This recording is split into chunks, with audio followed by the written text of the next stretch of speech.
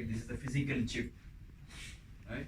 So it is not straightforward that a company like Intel, they can go and manufacture this AC. What happens is, when there is a mistake, or when like this ASIC, it is not straightforward, it is coming up. So it follows the flow where the RTL design guys, right? So what exactly we are doing here, there will be a inside SoC, everything is kind of a transistors, not kind of, it's a transistors. So this transistors, millions of transistors, so we are talking about 10 nanometer, 14 nanometer. So this is about every transistor, what is the distance it is being placed, that's what we call it as the nanometer distance, right? So this transistor fuse is happening inside the SoC. So it is not easy that, or it is not advisable that without do any checking I will straightforward go and manufacture my SoC, because it's going to cost you huge. It is not one volume, two volume to go into the fab and manufacture it. It will be a big die, and in that there will be millions of SoCs manufactured, because the cost of that line, it's huge. So that's why there are phases. That's why we cannot make directly we cannot make the SoC directly. So for that, there is the RTL engineers here, in the world, where they will write the there will be a simulation environments where it's a simulation is nothing but it's a software. In that, these RTL engineers will write a code to say that, let us say that you are, I'm going to the basics, right?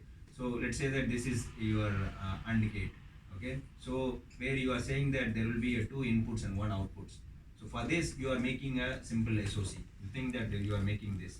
So for this, these guys will write, okay, there are 2 inputs and 1 output. My input pin name is like this, output pin name is like this.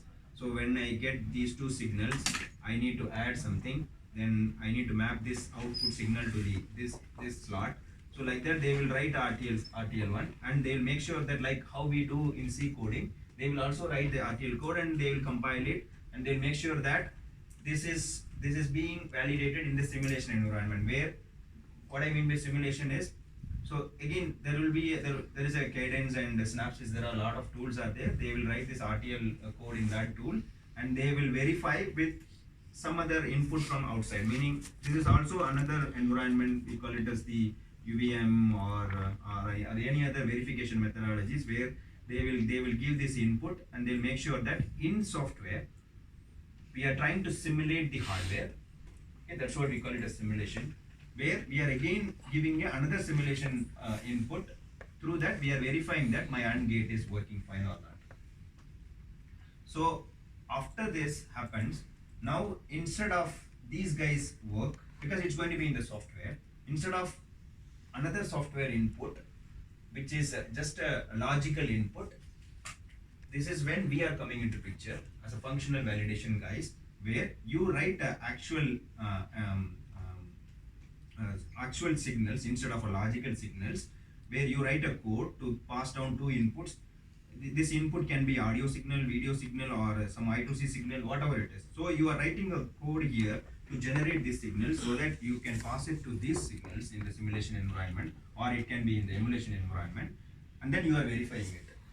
So this is when our role comes into picture. This part can move to the different stages. This part can move to the different stages. Say for example, this they have written in the simulation environment, where after that, this is a kind of a software IDEs, right? Integrated development environments. With this, they can go to, let's say, right now I have a FPGA. So so in this FPGA is nothing but, if it is very basic, just skip it, okay? It's my responsibility to explain you guys. So there are it's a field programmable gate arrays, right? So this can be programmable. What I told is, let's say there will be 2 inputs. I have to fuse these 2. I have to connect these 2, and I should make some transistor combination to make the AND gate, and I should make the output. So, but this is configurable, meaning, let's say that I have, instead of AND gate, I have given as the OR gate. Okay. So in that case, if I realize that later, I can change it. Change it meaning, when you compile this code, This will be kind of a bin files. Today you might be getting these bin files from the FPGA engineers. That bin file you will flash here, and then you are going to emulate your hardware block in this FPGA, actual FPGA, where it's the next stage where your software runs in the hardware. This is software running on the software. This is your software running on the hardware, but it is still configurable, meaning when you find a bug, you can change it. That is when you will tell that, hey guys, there is a bin file in this RTL has a issue. That is what your input is going to help here. Instead of your test program running here, you will also take this test program run here. This is what we call it as emulation. It's a small scale of emulation. There is a bigger scale of emulation. So I'll come to that point. Meaning, you are going to find out whether there is a bug in the RTL code or not. Or if there is a bug in your code itself, this is what we call it as test content. Your test content should be bug free, right? That's why we are trying to say that you reuse the content instead of create. So when you run your content, if you say that this guy is not working, so we should be very well sure that it's not my problem, it is a RTL problem. That's what we are calling. We are calling it as our content should be very much quality, right?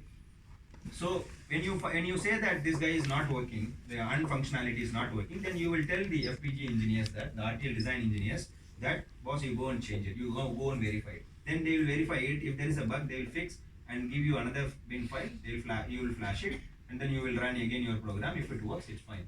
So which means that in this stage you are telling, okay, everything 99% it is working fine. There may be a timing issues. There might be a, actual power issues, because here you are running software on a software where you cannot expect the entire timing to be happen, meaning when the signal passes from here to here, it's just a software, you don't feel the actual movement of your electrons.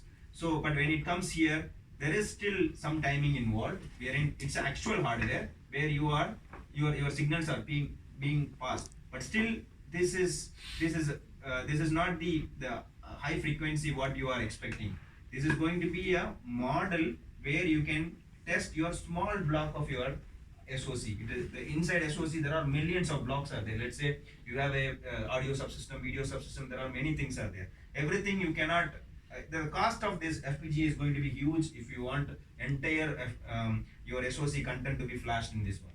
Because it's a configurable option, right? So, which means the cost of this FPGA is huge. That's why we are verifying a small blocks of your data in the FPGA. Then once you are very much confident, that is when they are saying it as tape in. Where they are saying that your tape in is getting delayed in the calls. They will say what they will do is they will freeze this bin file.